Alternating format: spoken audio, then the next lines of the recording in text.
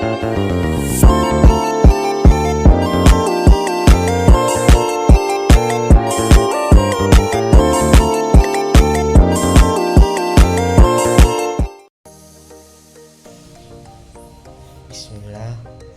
Assalamualaikum warahmatullahi wabarakatuh.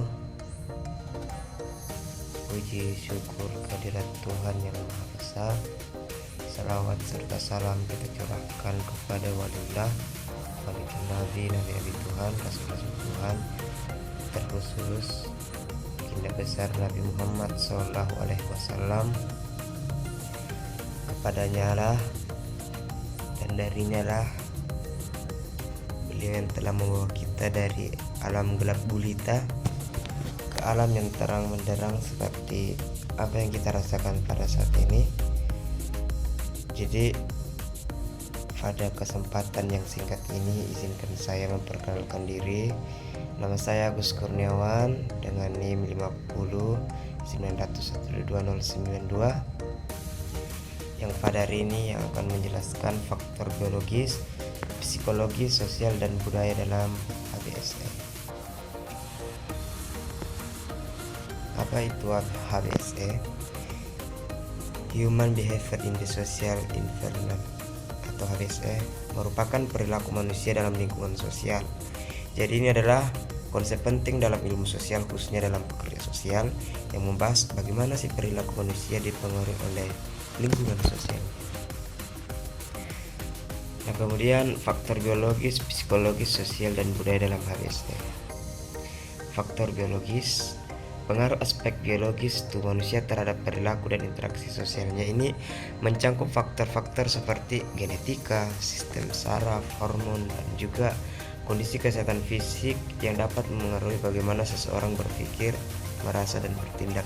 Jadi pada faktor biologis ini yaitu berbicara mengenai faktor biologisnya atau keadaan fisik dari seorang individu.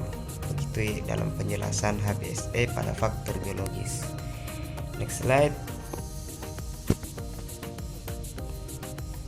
Nah, kemudian kita masuk pada faktor psikologis. Dalam perilaku manusia dalam lingkungan sosial atau HBSE mencangkup aspek kognitif dan emosional yang memengaruhi perilaku seperti persepsi, ingatan, pengambilan keputusan, dan bagaimana individu menafsirkan dan merespon situasi. Jadi ini berbicara mengenai psikis seseorang atau seorang individu yang dapat dipengaruhi oleh lingkungan sosialnya. Kemudian faktor sosial. Nah, ini kalau faktor sosial ini sendiri berbicara mengenai topik yang saling berhubungan, di mana lingkungan sosial memainkan peran penting atau peran sentra dalam membentuk perilaku manusia dalam HBSE. Nah, begitu pada faktor sosial. Nah, kemudian faktor budaya ini tidak terlepas dari faktor sosial yang tadi. Kalau ini berbicara mengenai kebiasaan, adat istiadat. Nah, pada faktor budaya itu memengaruhi beberapa aspek kehidupan, termasuk nilai, norma, kepercayaan, dan praktik sosial yang membentuk cara seseorang berpikir, merasa, dan bertindak.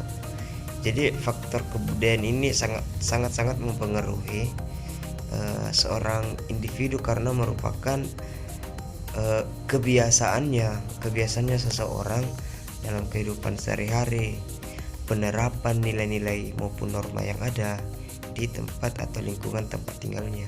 Semisal kita ambil faktor budaya Kajang Amatoa.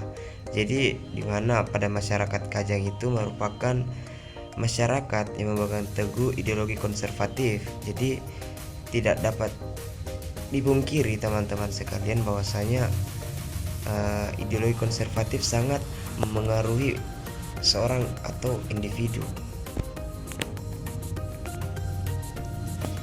Jadi mungkin itu saja presentasi yang dapat saya paparkan pada kesempatan kali ini.